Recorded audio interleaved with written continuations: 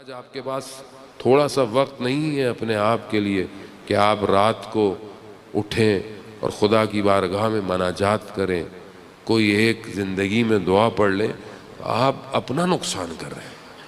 آپ خدا کی بارگاہ میں جتنا گڑ گڑائیں گے خدا اتنا آپ کی موت کو آسان بنائے گا۔ اور موت کو نقصان نہیں ہے، موت اس کے لیے نقصان ہے جسے پتہ نہ ہو کہ اس نے جانا کہاں ہے۔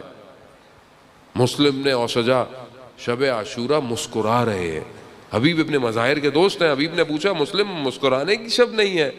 کہا میں اس لیے مسکرا رہا ہوں کہ میرے اور خدا کی ملاقات میں چند لمحوں کا فاصلہ رہ گیا۔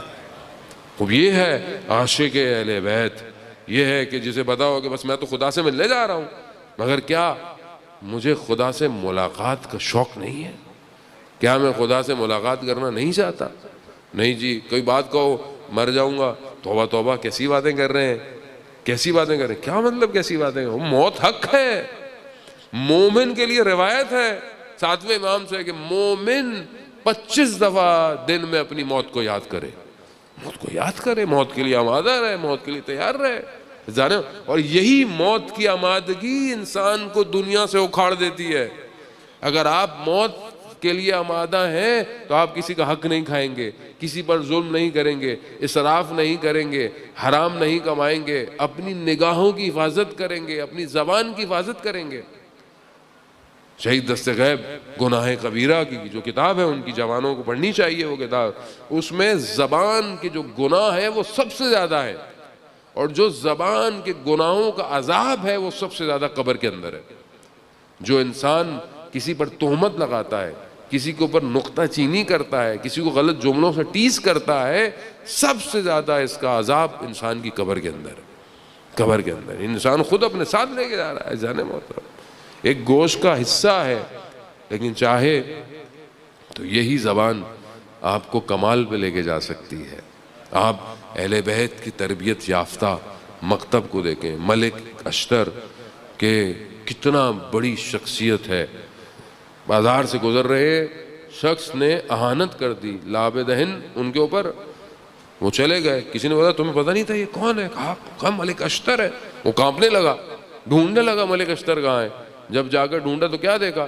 دیکھا مسجد میں ملک اشتر کو پایا۔ کہا میں بہت معذرت چاہتا ہوں، مجھے پتہ نہیں تھا کہ آپ۔ کہا میں مسجد آیا اس لیے ہوں کہ تمہارے حق میں خدا کی بارگاہ میں مغفرت کی دعا کروں۔ یہ ہے مکتب اہل بیت میں پرورش ہوئی ہستیاں۔ ہم کیسے؟ ہمیں کوئی کچھ کہہ دے، ہماری تو گاڑی کے قریب سے بھی گزر جائے تو ہم تو اس کو گھر تک چھوڑ کے آتے ہیں۔ ان انسان کا ٹیمپرمنٹ ایسا ہے، ذرا سا کوئی زیادتی کر دے انسان کیا ہو گیا؟ کوئی مثلا آپ کے بارے میں کہے کہ آپ کے سامنے برائی کہہ رہے تو کوئی بات نہیں، حدیث کیا کہتی ہے، امام کیا کہتے ہیں؟ اگر کوئی تمہارے بارے میں برا کہے تو کیا کہو؟ اگر تو یہ برائی میرے اندر پائی جاتی ہے تو خدا میری ہدایت کرے، اور اگر یہ برائی میرے اندر نہیں پائی جاتی تو خدا اس کی مغفرت کرے۔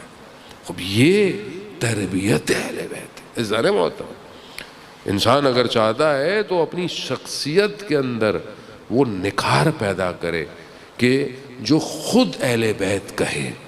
شخص چھٹے امام کی خدمت میں آتا ہے، اللہ صلی علی،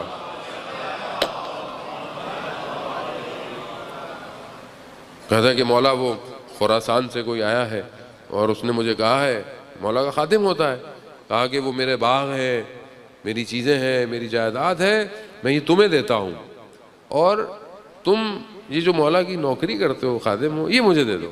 تو مولا، میں نے سوچا کہ نقصان نہیں ہے، تو امام نے کہا ہاں تمہاری مرضی ہے، کر لو جو کرنا ہے۔ جب جانے لگا تو امام نے کہا مگر ایک بات یاد رکھو، جو اس دنیا میں جتنا ہمارے قریب ہے وہ آخرت میں بھی ہمارے اتنا ہی قریب رہے گا۔ تو ہم اس دنیا میں اپنے امام کے کتنے قریب ہیں؟ آپ خود اپنے آپ کو دیکھیں کہ کیا میں امام زمانہ کو یاد کرتا ہوں کہ نہیں کرتا؟